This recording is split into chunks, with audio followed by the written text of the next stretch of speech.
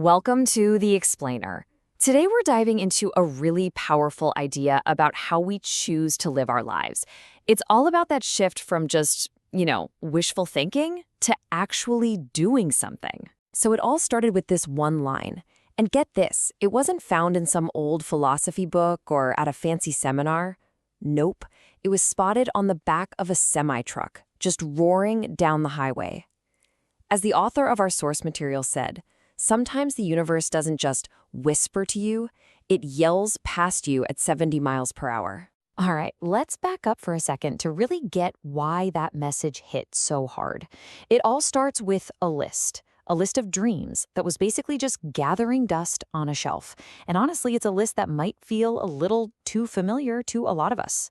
For years, and I mean years, the author carried this list around. You know how it is. The goals are there, the desire is real, but by the time he hit age 60, most of this list, well, it was still just a list of dreams he hadn't gotten to yet. Now, here's what's so relatable. He's very clear that he's just an ordinary guy. He'd lived a full life, a great marriage, wonderful kids, grandkids he absolutely adores. He'd had big wins in business and, some total faceplants too. His life was full. But it was also the kind of life where those big personal dreams, they just get pushed to the side by, life. And then, bam, everything changed. Just a totally normal drive turned into this huge moment of clarity. And it was delivered in that pretty strange way we just talked about. I want you to just picture this for a second. You're driving, probably just lost in your own thoughts, and then this massive truck just barrels past you. And on the back, in these huge letters, you see that phrase, die with memories, not dreams. It was the perfect message at the perfect time.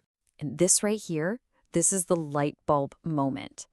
That encounter on the highway sparked a whole new way of thinking.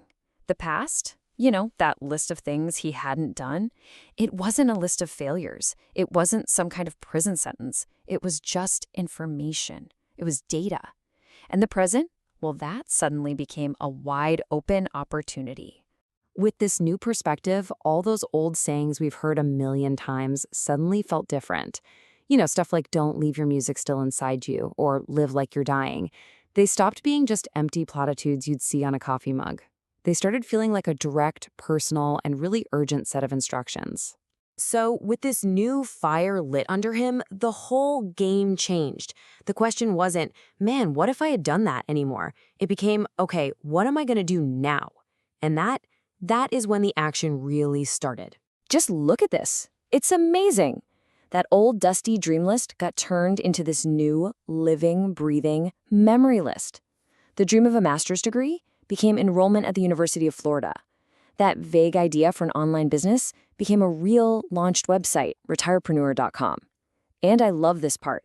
That dream of being a guitarist, it's still a work in progress, which is just so real and honest, right? He didn't just sit around and hope for it. He actually made a plan. As you can see, every single dream became its own project with real, concrete steps.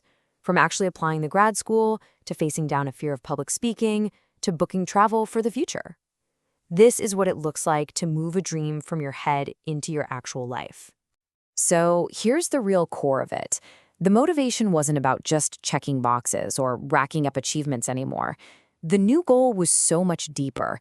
It was about building a life so full of experiences that he'd leave this world just overflowing with stories to tell, instead of a list of regrets for things he wished he'd done. And this right here brings us to the most important part of this whole explainer, which is what this story actually means for you. Because this isn't just about one guy's journey. I mean, it doesn't get much clearer than that, does it? This is the author's message to all of us. His story isn't meant to be some amazing tale about a superhero.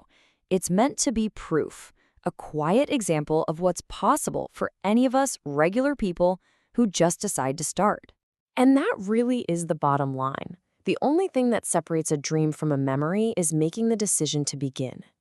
You don't have to have some special talent. You don't need a sign from the universe, even though a message on a truck is pretty cool. And you definitely don't need anyone else's permission. You just need to start. And so, we're going to leave you with the exact same powerful question that truck on the highway asked him. Take a second and think about your own list, those ideas you've been carrying around for maybe a few years. What's still sitting there in your dream bucket, just waiting for you to turn it into a memory?